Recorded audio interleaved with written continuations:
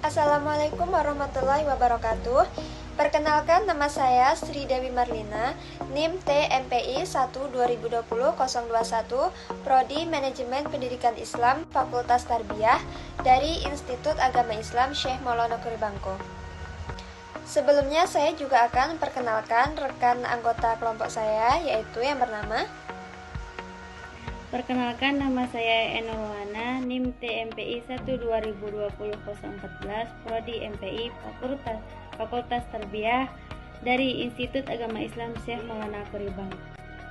Baiklah, kami kelompok 1 akan membuat video untuk memenuhi tugas mata kuliah Sosiologi dan Antropologi Pendidikan dengan dosen pengampu Bapak Dr. Edi Wardani, MPD. Baiklah, di video kali ini kita akan membahas tentang pendidikan dan paradigma sosiologi.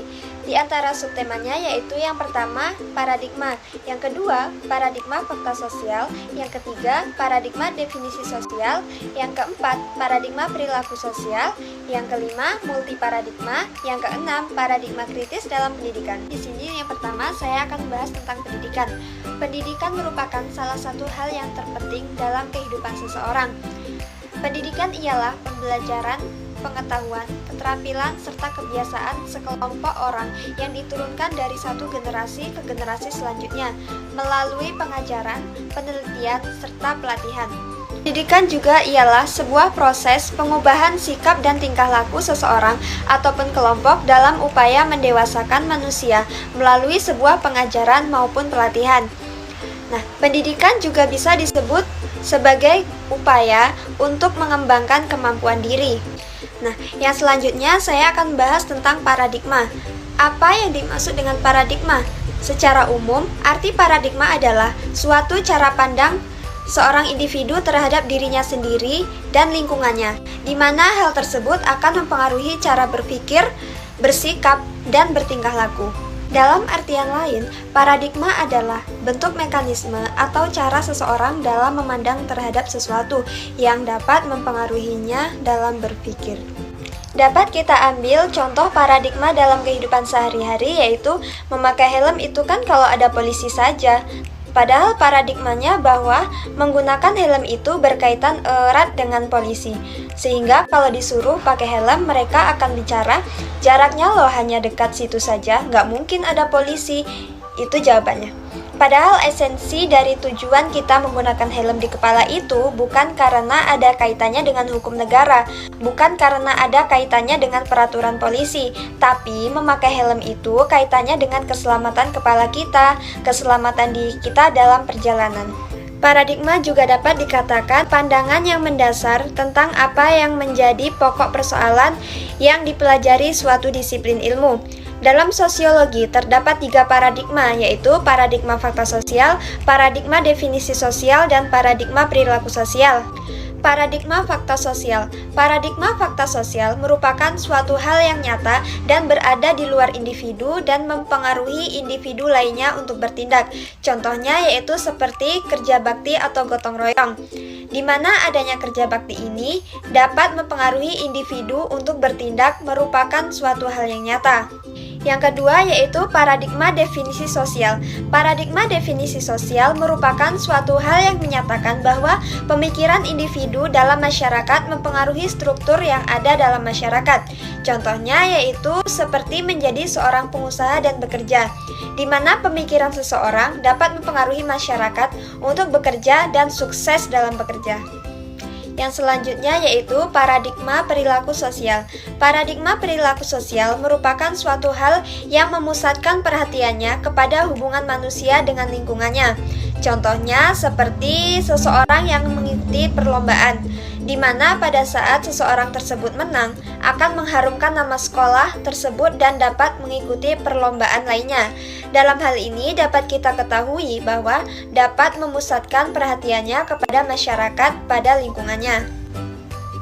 Sekian dari saya, mohon maaf jika ada salah kata. Materi selanjutnya yang akan disampaikan oleh Saudari Enurwana, kepadanya kami persilahkan dengan segala hormat.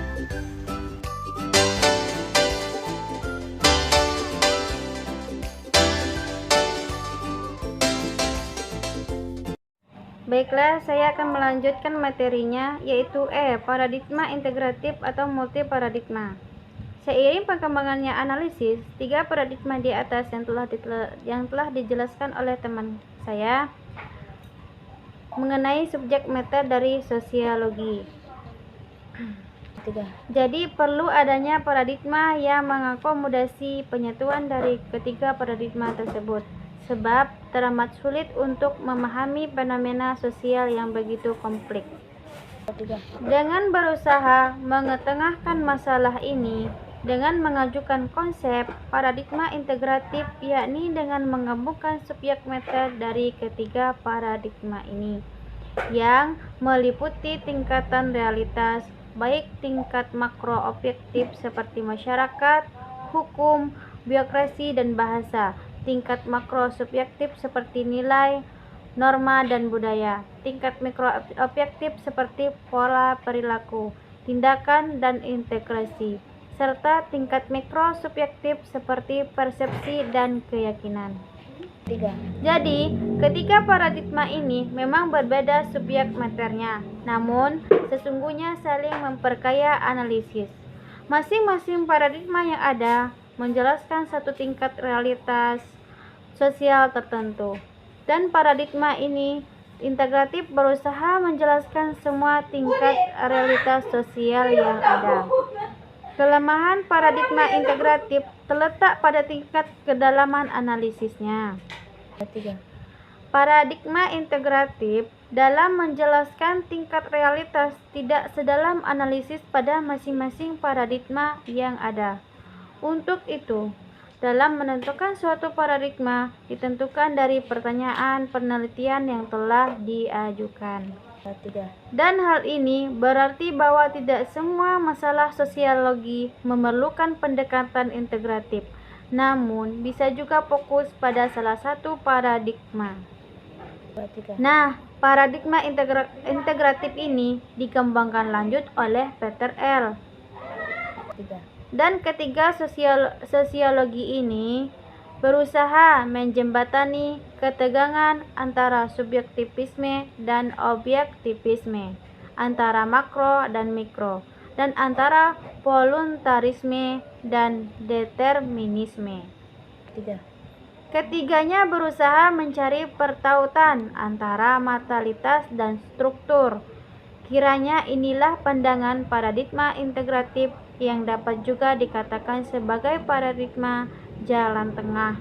Paradigma ini berusaha menawarkan perpaduan sebagai paradigma sesuai dengan tingkat kebutuhan analisis dari ilmuwan sosial tersebut.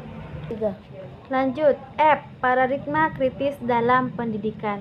Nah, paradigma kritis dalam pendidikan ini mempunyai sejarah pendidikan kritis dalam dunia pendidikan pada era sekitar tahun 1960-an. Muncul pemikiran pendidikan yang mengusung teori pendidikan kritis. Teori pendidikan kritis pada dasarnya sangat dipengaruhi oleh teori kritis yang dibangun dalam ranah ilmu-ilmu sosial dan filsafat oleh kalangan mazhab Frankfurt. Nah, dari sinilah kemudian terinspirasi lahirnya paradigma baru dalam teori pendidikan yang disebut dengan paradigma pendidikan kritis. Paradigma pendidikan kritis merupakan sebuah wacana, tanding dan teori kritik terhadap paradigma pendidikan yang sudah ada sebelumnya, yaitu paradigma pendidikan konservatif dan paradigma pendidikan liberal. Pendidikan kritis merupakan pendidikan yang memproduksi pengetahuan dengan memposisikan pendidik dan peserta didik sebagai subjek pendidikan. Nah, jadi kesimpulannya antara paradigma dan pendidikan, paradigma adalah cara pandang orang terhadap diri dan lingkungannya yang akan mempengaruhi dalam berpikir, bersikap, dan bertingkah laku. Sedangkan pendidikan ialah pembelajaran pengetahuan, keterampilan, serta kebiasaan sekelompok orang yang diturunkan dari satu generasi ke generasi selanjutnya melalui pelajaran, penelitian, serta